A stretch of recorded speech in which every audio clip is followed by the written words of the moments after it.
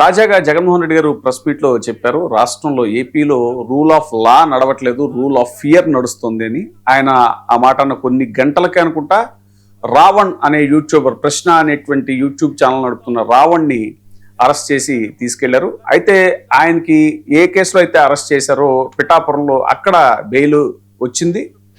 అక్కడి నుంచి మళ్ళీ సర్పవరంలో ఇంకో కేసు పెట్టి అక్కడ కూడా బెయిల్ వచ్చిన పరిస్థితిలో మళ్ళీ మచిలీపట్నంలో ఇంకో కేసు పెట్టి అక్కడ ఎనుగుదురు అనేటువంటి ఊర్లో అక్కడ తీసుకెళ్ళి అక్కడ అరెస్ట్ చేస్తే అతను ఎలాగైనా సరే అతని మీద దాడి చేయాలి అని కొంతమంది జనసేనకు సంబంధించినటువంటి వ్యక్తులు అక్కడికి వెళ్ళటం, పోలీస్ స్టేషన్ మీద దాడి చేయటం, అక్కడ పెద్ద ఘర్షణ పూరితమైనటువంటి వాతావరణం ఏర్పడటం ఇదంతా మనం చూసాము. అయితే అసలు ఒక వ్యక్తి మీద ఒక కేసుకు సంబంధించి ఇన్ని ఎఫ్ఐఆర్లు కట్టచ్చా, ఇన్నిసార్లు అరెస్ట్ చేయొచ్చా అనేటువంటిది ఇప్పుడు సార్ విజయబాబు గారు మనతో ఉన్నారు, జర్నలిస్ట్ అండ్ జూరిస్ట్. సార్, ఒక అడ్వకేట్గా, ఒక జూరిస్ట్గా దీని గురించి మీరేమంటారు?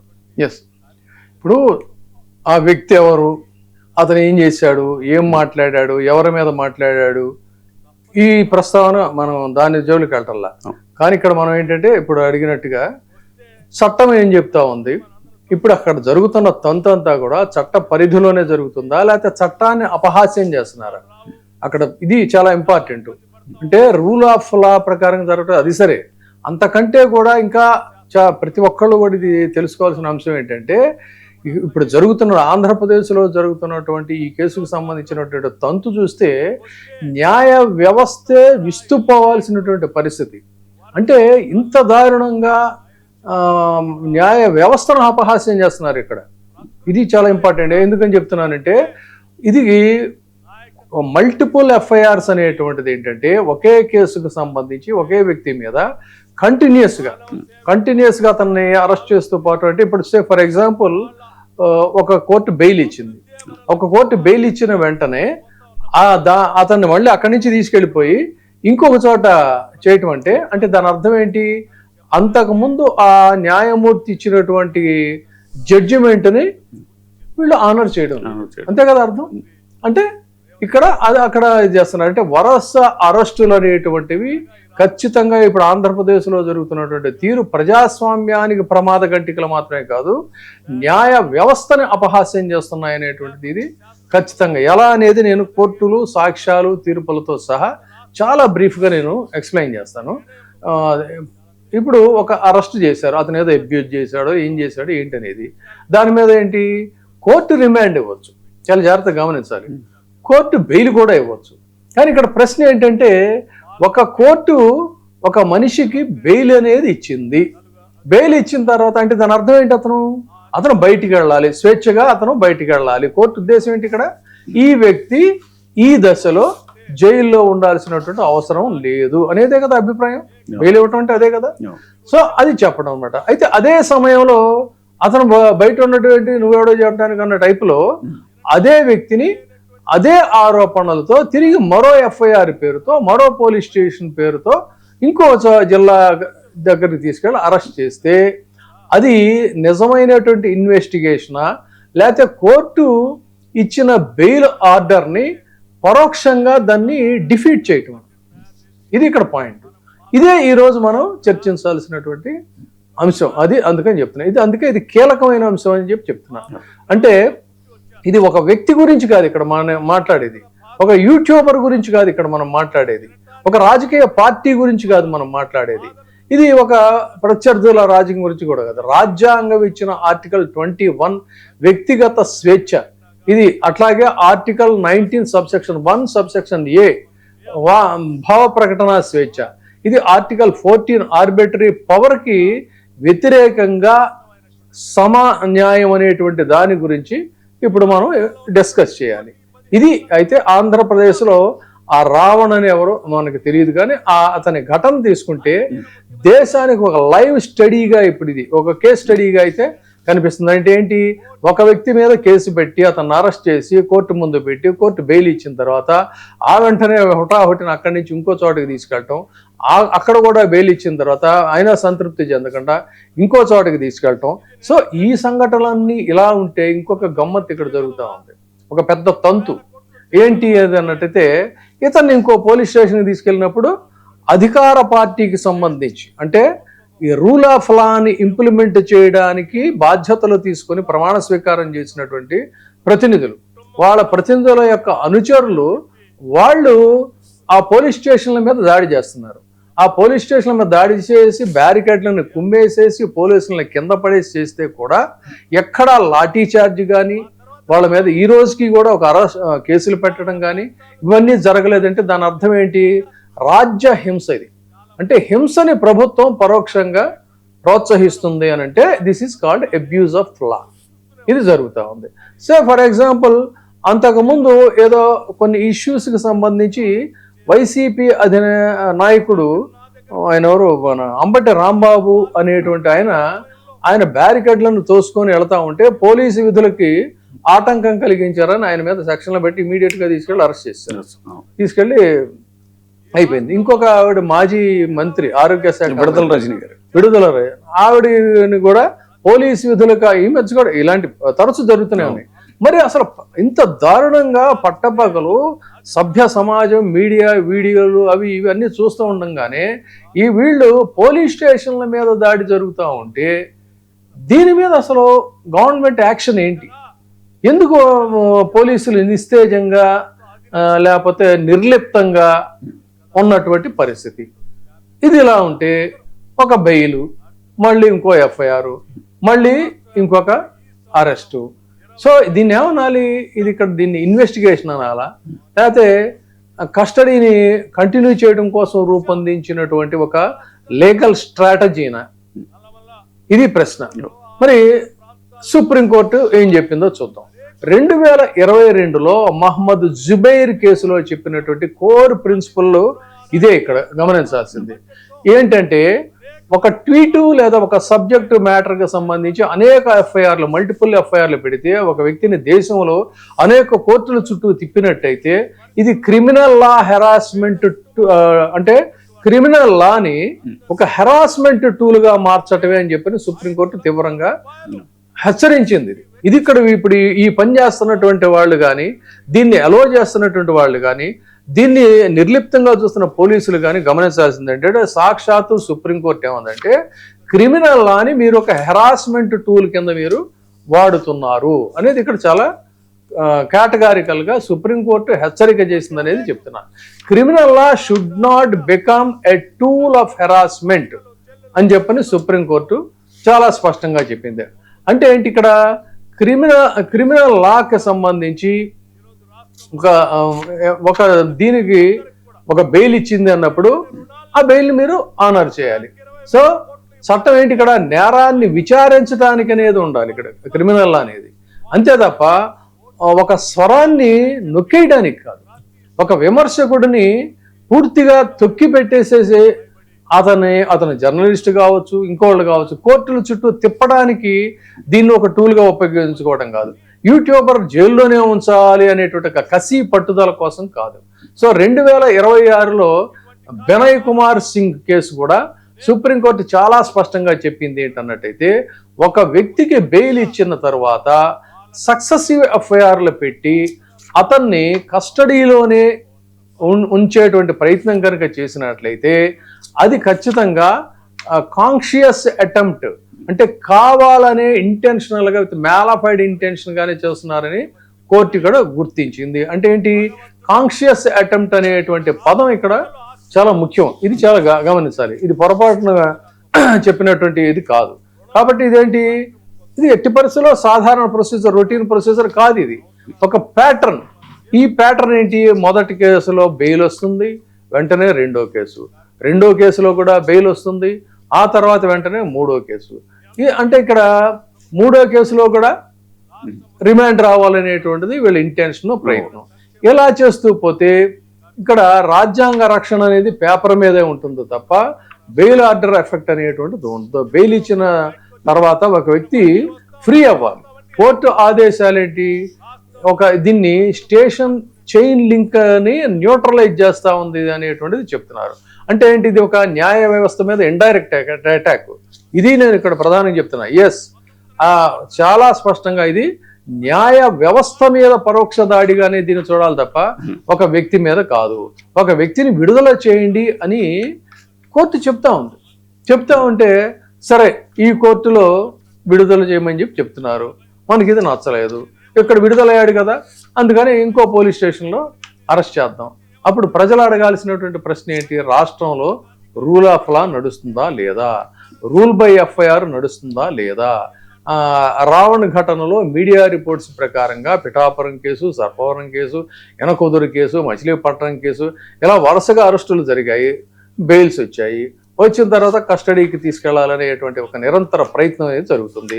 సో ఒక లాయర్ ఎలిగేషన్ ప్రకారంగా రాష్ట్ర వ్యాప్తంగా ఒక వ్యక్తి మీద అనేక కేసులు ఉన్నాయనేటువంటిది చెప్తున్నప్పుడు దీన్ని ప్రజాస్వామ్య దృష్టితోనో చట్టం దృష్టితోనో చూసుకుంటే ఒక ప్యాటర్న్ ఆఫ్ పొలిటికల్ క్రిటిసిజం చుట్టూనే ఈ ఎఫ్ఐఆర్లు నడుస్తున్నాయి తప్ప ఒక చట్ట ప్రకారమైనటువంటిది ఏదైతే జరగటం లేదని చెప్పాలి. పోసాని కృష్ణమూర్తి గారి విషయంలో, వల్లభనేని వంశీ గారి విషయంలో కూడా ఇలాగే పీటీ వారెంట్లు వరుసగా పెట్టి వాళ్ళు కూడా ఇలాగే చాలా రోజులు జైల్లో ఉంచినటువంటి పరిస్థితి. అయితే ఇక్కడ గమనించాల్సింది ఏంటంటే దీన్ని సుప్రీంకోర్టు చెప్పింది ఏంటంటే ఖచ్చితంగా this has become a tool of harassment అనేది చెప్తా ఉంది. అక్కడ ట్రయల్ జరగాలి, ఎవిడెన్స్ రావాలి, విట్నెస్ రావాలి, కోర్టు ఫైండింగ్ రావాలి. కానీ ట్రయల్ కంటే ముందే ఒక వ్యక్తిని ఒక జిల్లా నుంచి ఇంకో జిల్లాకి, ఇంకో జిల్లా నుంచి ఇంకో జిల్లాకి తిప్పటం అంటే దాని అర్థం ఏంటి? సో అతని కుటుంబాన్ని హెరాస్ చేయటం, మానసికంగా అతని పని చేసుకునేటువంటి పనులు ఆగిపోతాయి, అతని రెప్యుటేషన్ దెబ్బతుంది, అతను లాయర్ల కోసం ఖర్చు పెట్టాల్సిన ఇది వస్తుంది. అంటే మెంటల్ లిబర్టీ కూడా పూర్తిగా దాన్ని చేయాలంటే పనిష్మెంట్ వితౌట్ కన్విక్షన్, ఇది ఇక్కడ పాయింట్. చాలా మంది ఏం చెప్తున్నారు, ఇప్పుడు వీళ్ళ ధీమా ఏంద్రా నువ్వు కోర్టుకి వెళ్తాం, బెయిల్ తీసుకొని వస్తాం ఏంటంట అని అంటున్నారు కదా, మీ తెక్క కుదురుస్తాను చూడు అని చెప్పని ఏం చేస్తున్నారు ఇక్కడ? ప్రాసెస్ లోనే శిక్ష. అదే కదా అప్పుడు చాలా అతను ఎవరు పోసాని కృష్ణమురళి కూడా అయిపోయిన దాంట్లో బోర్ నేర్చేశాడు. అంటే అతని వయసు రీత్యా తిరిగి సో ఇక్కడ ఏంటంటే వీళ్ళే పనిష్ చేసేస్తున్నారు, కోర్టులతో పని లేదు. ఇది ఇక్కడ ఉన్నటువంటి టెక్నిక్. సో దీని మీద ఇక్కడ ఇంకొక పాయింట్, చాలా వ్యాలిడ్ పాయింట్ చెప్తాను ఏంటంటే రూలింగ్ పార్టీ క్యాడర్ అటాక్ చేస్తా ఉంది ఇంకొక వైపు. సో రూలింగ్ పార్టీ ఇంకొక వైపు వాళ్ళ క్యాడర్ అటాక్ చేస్తుంది అంటే ఒక అక్యూజ్డ్ ని పోలీసు కస్టడీలో ఉన్నప్పుడు, ఇది చాలా వ్యాలిడ్ పాయింట్, ఇది ఉన్నప్పుడు అతని ప్రాణం, భద్రత, రక్షణ ఇవన్నీ కూడా రాష్ట్రం బాధ్యత, అంటే పోలీసుల బాధ్యత. మరి ఇక్కడ గవర్నమెంట్ మిషనరీ బాధ్యత అని చెప్పి చెప్తున్నప్పుడు అక్యూజ్డ్ని మీరు ఏం చేస్తున్నారు? Why you are entertaining all the mobs?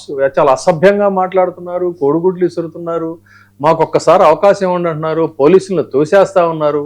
అంటే మరి ఏం జరుగుతా ఉంది ఇక్కడ? Why you are not honouring the law and order? అది కదా ఇక్కడ డిస్కస్ చేయాల్సిన పాయింట్. అంటే పోలీసు వెహికల్ దగ్గర వాళ్ళు పోలీసు వెహికల్ అడ్డుకునే హక్కు ఉందా? లేదు. కానీ చూసి చూడనట్టు వ్యవహరిస్తున్నారు. పోలీస్ స్టేషన్ కాంపౌండ్లోకి దూకేటువంటి హక్కు ఏదన్నా ఉందా? అది లేదు. దాని మీద ఈ రోజుకి ఏమైనా యాక్షన్ తీసుకున్నారా? అది లేదు. అంటే ఇక్కడ ఏంటిది? Vigilant violence. అతన్ని అడ్డుకోకపోతే అది ఈ గ్రూప్ని, అది స్టేట్ ఫెయిల్యూర్ అవుతుంది. మరి ఇప్పుడు జరుగుతున్నటువంటి 3 చోట్ల 4 చోట్ల జరిగినటువంటి ఇదంతా కూడా ఇది మరి ఏ దృష్టితో చూడాలి? ఎందుకు ప్రభుత్వం దీని మీద స్పందించడం లేదు? ఎందుకు కన్సర్న్ హైయర్ ఆఫీసర్స్ ఈ స్టేట్ ఎంకరేజ్మెంట్ ఆఫ్ వైలెన్స్ అనేటువంటి దాన్ని చాలా నిర్లిప్తంగా చూస్తున్నటువంటి పరిస్థితి? ఇది ఇక్కడ గమనించాలి. అంటే పూర్తిగా సుప్రీంకోర్టు చెప్పినటువంటి వీటన్నిటిని కూడా వీళ్ళు పూర్తిగా వైలేట్ చేస్తా ఉన్నారు. ఒకవైపు దీన్ని nothing but planned vigilant violence అనేదాన్ని చెప్పాలి. ఒక అక్యూజ్డ్ పోలీస్ కస్టడీలో ఉంటే రూలింగ్ పార్టీ సపోర్టర్స్ రిపీటెడ్ గా పోలీస్ స్టేషన్ల మీద దాడి చేసి గుమికూడినటువంటి చేస్తే ఆ గుంపుల్ని చెదరకొట్టడానికి కూడా సీరియస్ గా ట్రై చేయనటువంటి వాళ్ళు. అంతకుముందు మరి ఈ నేను చెప్పినట్టుగా ఈ రాంబాబు గారిని కావచ్చు, ఇంకొకరిని కావచ్చు, వాళ్ళందరినీ కూడా మరి చాలా స్టింజెంట్ గా అసలు సాక్షాత్తు వీళ్ళు స్టేట్ ఎంకరేజ్మెంట్ అనేది ఇక్కడ జరుగుతా ఉంది. అక్కడేమో వాళ్ళు అసలు లాస్ట్ టైం కూడా ఇది డీకే బస్సు కేసు గురించి కూడా ఇంకా ఉన్నాయి, వస్తా నేను ఆ పాయింట్స్ కూడా వస్తా ఇక్కడ. అందుకని మనం లీగల్ గానే దీన్ని మనం డిస్కస్ చేద్దాం. సుప్రీంకోర్టు చెప్పినటువంటి కేసుల్లో అతను ఏం మాట్లాడాడు ఏంటి అనేది కాదు. ఆర్టికల్ 21 అనేటువంటిది అతనికి సేఫ్టీ ఇస్తా ఉంది. సో దీన్ని గౌరవిస్తున్నారా లేదా, ఇదే చెప్పాల్సినటువంటి పాయింట్. తర్వాత ఏంటంటే నీలావతి బెహ్రా అనేటువంటి కేసు ఉంది. ఒక వ్యక్తి కస్టడీలోకి గనక తీసుకుంటే అతని బాధ్యత మీ మీదే ఉంటుంది అని చాలా స్పష్టంగా చెప్పింది. ఆ లాకప్లో పెట్టి కొట్టి చంపేస్తే ఎంత ఇదో ఇది కూడా అంతే. సో ఈ నీలావతి బెహ్రా కేసు కూడా ఒక ఎగ్జాంపుల్ కేసుగా చెప్తున్నా. ఒక వ్యక్తి పోలీస్ కస్టడీలోకి వెళ్ళిన తర్వాత అతని భద్రతని రాష్ట్రమే భరించాలి. కస్టోడియల్ వైలెన్స్ అనేటువంటిది కేవలం లాకప్ లో కొట్టడమే కాదు, చాలా జాగ్రత్తగా గమనించాలి. లాకప్ లో కొట్టుడు కార్యక్రమాలు ఒకవైపు జరుగుతున్నాయి. లాకప్ లో కొట్టడం కాకుండా కస్టడీలో ఉన్న వ్యక్తిని బయటికి గుంపుల చేతుల్లోకి వెళ్ళిపోతాడేమో అనేటువంటి ఒక ఫియర్ క్రియేట్ చేయడం ఉందే, ఈ మాబ్ ఇంటిమిడేషన్ అంటారు దీన్ని. ఆ మాబ్ ఇంటిమిడేషన్ ఎక్స్పోజ్ చేయడం అనేది కూడా ఆర్టికల్ 21కి ఇది విరుద్ధంగా భావించాలి. సో ఇక్కడ వైలేషన్ ఆఫ్ ఆర్టికల్ 21 అనేటువంటిది జరుగుతుంటే, రిపీటెడ్గా జరుగుతుంటే కూడా స్టేట్ గవర్నమెంట్ అనేటువంటిది ఎక్కడా కూడా స్పందించడం లేదు అనేది చూడాలి. సో ఇక్కడ ఇంకొక పాయింట్ ఏంటి, అతను మాట్లాడినటువంటి మాటలు డిఫామేషన్, ఒక రిలీజియస్ ఫీలింగ్స్ ని హర్ట్ చేశాడా, లేకపోతే పబ్లిక్ మిస్చీఫ్ చేశాడా, ఇంకా అంతకంటే కూడా ఎక్కువగా మాట్లాడా అనేది ఇవన్నీ కోర్టు ఇన్వెస్టిగేషన్ పరిధిలోకి వస్తాయి. మీ పని కాదు అక్కడ చేయాల్సింది. ఇక్కడ ఉన్నది డెమోక్రసీ ఉంది. డెమోక్రసీలో కోర్టులు నిర్ణయించాలి అతను ఏం చేశాడు, కోర్టులు శిక్షించాలి. సో ఎప్పుడు ట్రయల్కి వేయాలి కేసు, ఎప్పుడు విచారణ జరపాలి అనే దానికి ఎవిడెన్సెస్ అవన్నీ మీరు ప్రొడ్యూస్ చేయండి. ఇంకా స్ట్రాంగ్ ఎవిడెన్సెస్ మీరు ప్రొడ్యూస్ చేయండి, ఎవరు కాదనరే. అంతేగాని కౌంటర్ స్పీచ్కి ఛాన్స్ లేకుండా ఒక మాబ్గా వెళ్ళిపోవటం అనేటువంటిది, ఈ గిగ్స్ ఇవన్నీ అటాక్ చేయటం అనేది చూస్తే అసలు మనం ఆంధ్రప్రదేశ్లో ఏం జరుగుతూ ఉంది అనేది, ఎక్యూజ్డ్ అని ఫిజికల్ టార్గెట్ చేస్తే ఇంకా కోర్టులు ఎందుకండి. జర్నలిస్టిక్ ఫ్రీడమ్ గురించి కూడా అది కూడా మీరు లాస్ట్ టైం కూడా చెప్పారు. అది డిజిటల్ జర్నలిస్ట్ అయినా, యూట్యూబర్ అయినా, ఫేక్ ఫ్యాక్ట్ చెక్కర్ అయినా వాళ్ళు పొరపాటు. నేను అనేది ఏంటంటే, వాళ్ళు ఏదన్నా ఉంటే అవన్నీ కూడా మీ పని ఏంటి, ఎఫ్ఐఆర్ కట్టడం, కోర్టులో సబ్మిట్ చేయటం, కోర్టు ఏం చెప్తే అది దాని మీద ఆ ట్రయల్ అనేది వస్తుంది, దాని మీద చేసుకోవాలి. పొలిటికల్ క్రిటిసిజం ని హేట్ స్పీచ్ గా మార్చి కేసులు పెడుతున్నారు అనేటువంటిది కూడా పెట్టండి, మీరు ఎలా పెట్టాలనుకుంటే. అంతేగాని ఫిజికల్ గా టార్గెట్ చేయటం అనేటువంటిది ఏంటి అనేది ఇక్కడ పాయింట్. అది సుప్రీంకోర్టు చెప్పినటువంటి దీన్ని కూడా మీరు ఎందుకు వైలేట్ చేస్తున్నారు అనేది ఇక్కడ నేను అడుగుతున్నటువంటి ప్రశ్న. చాలా జడ్జిమెంట్స్ లో కోర్టులు చెప్పాయి, సుప్రీంకోర్టు చెప్పింది. ఇవాళ యూట్యూబరు, రేపు ఒక జర్నలిస్టు, ఇంకొక ప్రొఫెసరు, తర్వాత సోషల్ యాక్టివిస్టు, ఆ తర్వాత అపోజిషన్ ఒక వర్కరు, ఇలా వీళ్ళందరినీ కూడా ఈ రకమైనటువంటి ఒక హెరాస్మెంట్తో మీరు చేసుకుంటూ పోతే ఏంటి, what is the importance of judiciary, what is the importance of law, what is the importance of democratic balance, tolerance, ఇవి ఇక్కడ వచ్చేటువంటి ప్రశ్నలు.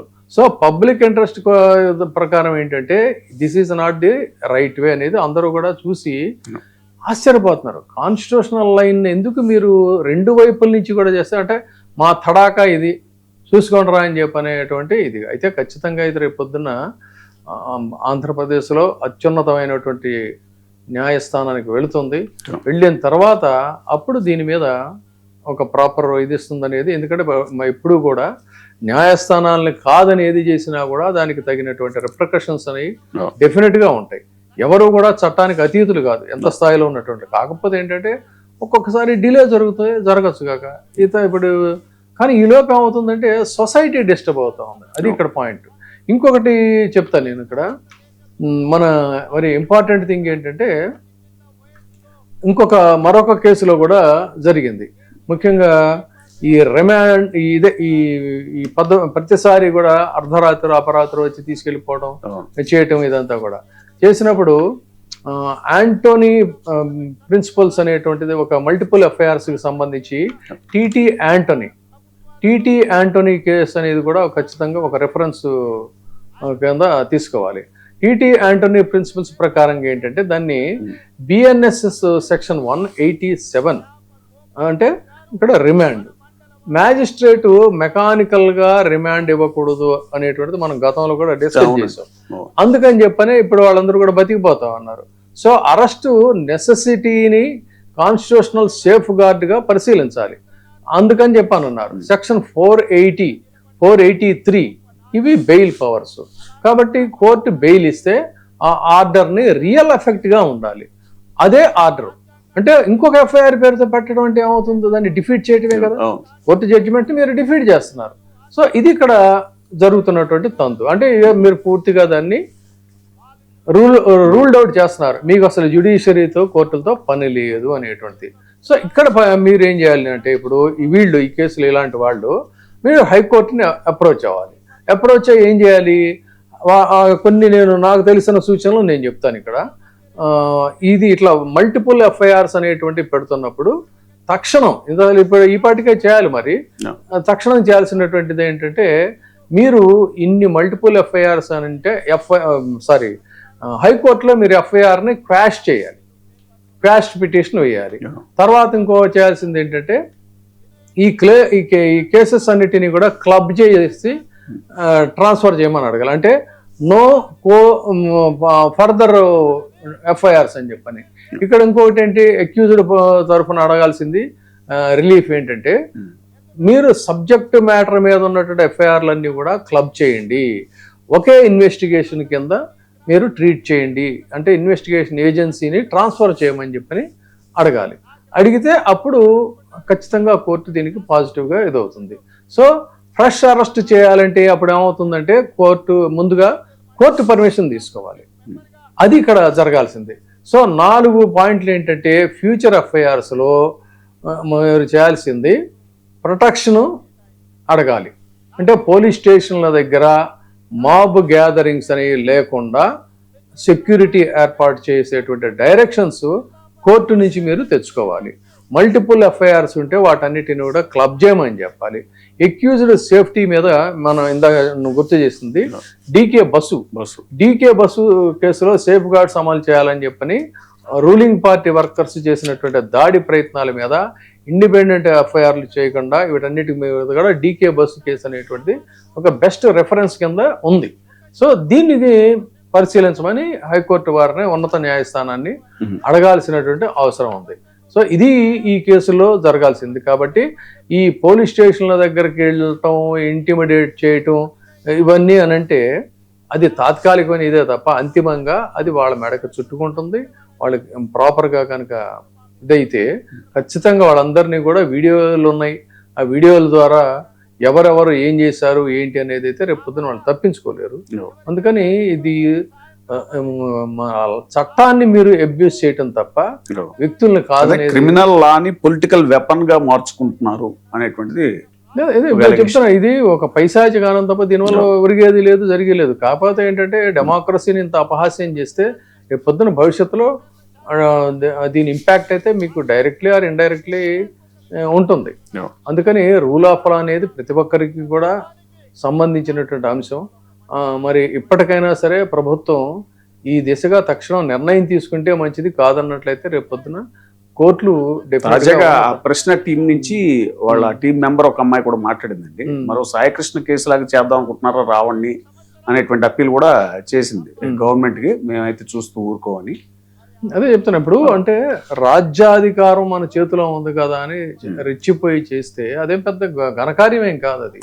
కాకపోతే ఏంటంటే చట్టాలు మాత్రం జ్యుడిషియరీ మాత్రం చూస్తూ ఊరుకోదు. దానికి ఇప్పుడు నేను చెప్పినటువంటి ఈ కేసు ఉదాహరణలు 7 సంవత్సరాల లోపు పనిష్మెంట్ ఉన్న అఫెన్సెస్ ఏవైనా కూడా డెఫినెట్ గా నోటీస్ ఇస్తారు, వాళ్ళని తర్వాత ఫైల్ చేస్తారు, బెయిల్ ఇచ్చి వదిలేస్తారు. దీని మీద సుప్రీంకోర్టు పదే చాలా జడ్జిమెంట్స్ ఇచ్చింది. సో ఇక్కడ కస్టోడియల్ సేఫ్టీకి సంబంధించి బ్రీచ్ అనేది జరిగింది. ఆ బ్రీచ్ అనేది జరిగిన దాని మీద కూడా మీకు దాని మీద రేపు డెఫినెట్గా విచారణలు ఉంటాయి. అందుకని ఈ తరహా ఇదంతా కూడా this is not democracy, this is autocracy. The first and foremost ఏంటంటే చట్టాన్ని గౌరవించాలి.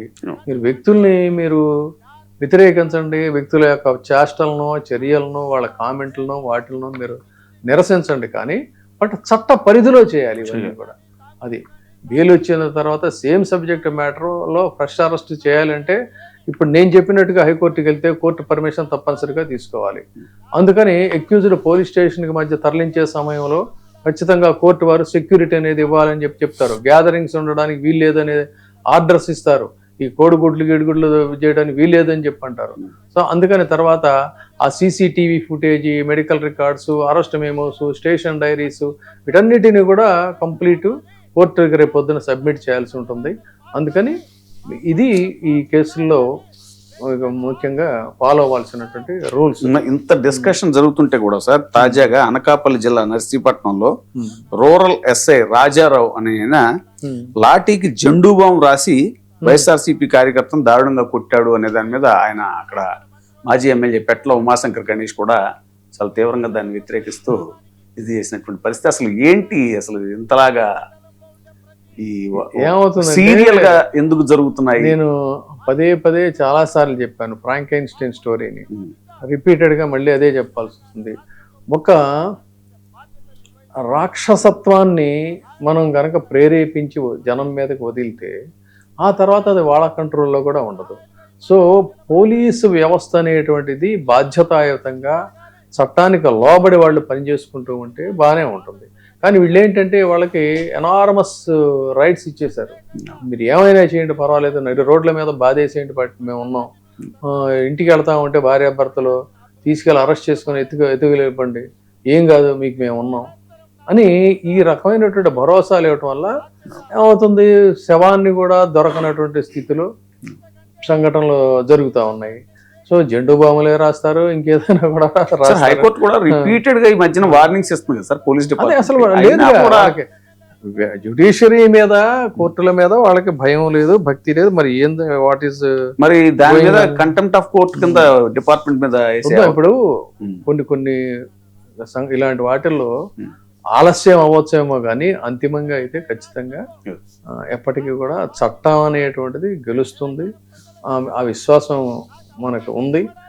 మనకి ఇక్కడ చెప్తున్నటువంటి కేసులు కూడా అనేకమైనటువంటి కేసుల్లో ఇలాంటి వాటిల్లో అంతిమంగా ఏంటంటే కోర్టులు చాలా స్ట్రింజెంట్ యాక్షన్ తీసుకున్నటువంటి సంఘటనలు కూడా. అందుకని ఇప్పుడు ఈ జరుగుతున్నటువంటి తంతుని తమాషాని స్టాప్ చేయాలంటే ముందు అర్జెంటుగా వీళ్ళు ఉన్నత న్యాయస్థానానికి వెళ్లాల్సినటువంటి అవసరం ఉంది.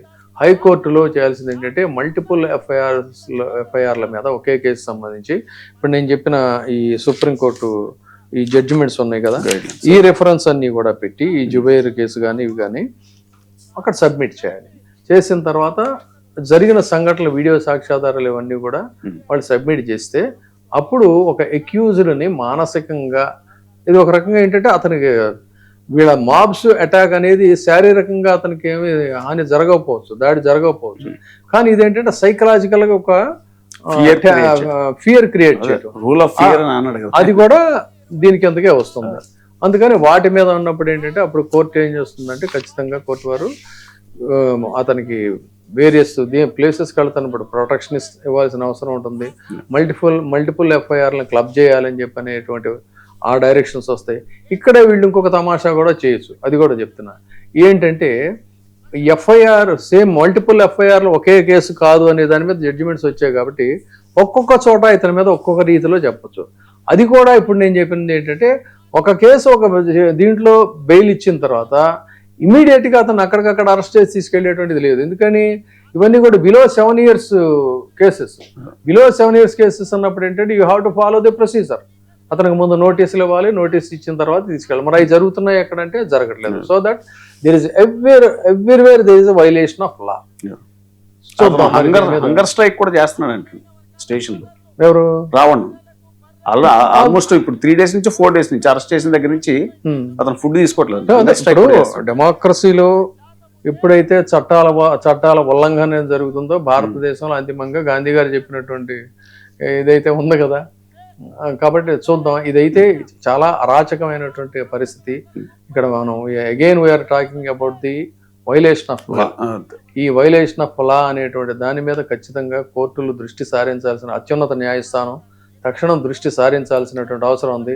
ప్రజల్లో కోర్టుల పట్ల లేకపోతే చట్టాల పట్ల పోలీసు ఆ విశ్వాసం సన్నగిల్లకుండా దాన్ని నిలపడం కోసం కోర్టు వారు ఇంకా మరింత జాప్యం చేయకుండా దీని మీద ఒక స్ట్రింజెంట్ డైరెక్షన్స్ ఇవ్వాలి అనేటువంటిది అయితే ఇస్తుందని కూడా నేను భావిస్తున్నాను.